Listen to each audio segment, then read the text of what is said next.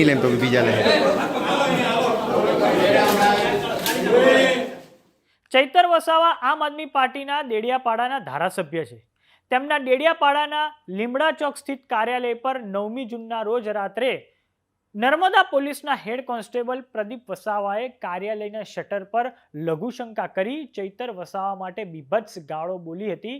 ત્યારે હવે આ કોન્સ્ટેબલની વિરોધમાં ફરિયાદ દાખલ કરવામાં આવી છે અને હવે તેઓ સસ્પેન્ડ પણ કરાયા છે। નમસ્કાર, જમાવટ સાથે હું છું પાર્થ।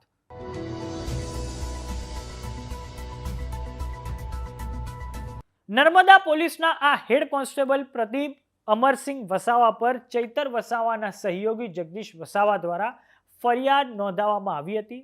આ ફરિયાદમાં લખાવવામાં આવ્યું હતું કે એકતાનગર ટ્રાફિક પોલીસના હેડ કોન્સ્ટેબલ પ્રદીપ વસાવાએ 9મી જૂનના રાત્રે ડેડિયાપાડાના લીમડા ચોક વિસ્તારમાં આવેલા એમએલએ ચૈતર વસાવાના કાર્યાલય પર ચિક્કાર નશાની હાલતમાં લઘુશંકા કરી એમએલએ ચૈતર વસાવા અને તેમના પરિવારજનોને બીભત્સ ગાળો ભાંડી જાનથી મારી નાખવાની ધમકીઓ આપી ચીચિયારીઓ પાડી હતી, જેથી હવે નર્મદા પોલીસ દ્વારા પ્રદીપ વસાવા પર કાયદેસરની કાર્યવાહી હાથ ધરવામાં આવી છે। નર્મદા જિલ્લાના સુપ્રિન્ટેન્ડન્ટ ઓફ પોલીસ પ્રશાંત શુંબેએ આ હેડ કોન્સ્ટેબલ પ્રદીપ વસાવાને સસ્પેન્ડ કર્યા છે।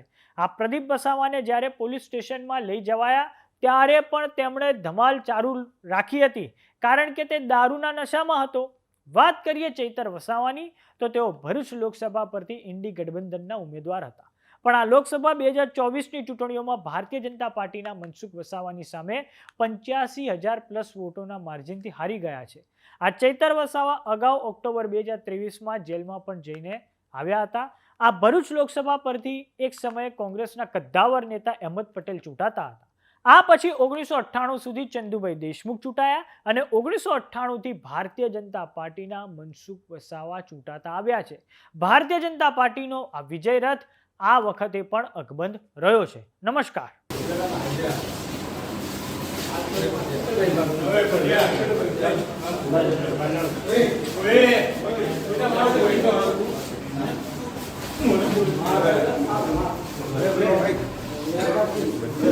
हाँ तो लेवा दो, मेडिकल में लई जाओ।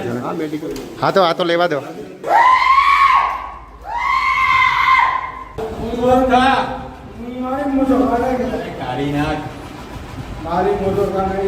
તારી ઓકાત મને મારું બેકગ્રાઉન્ડ જાણ લેજે, પછી કોઈને મારી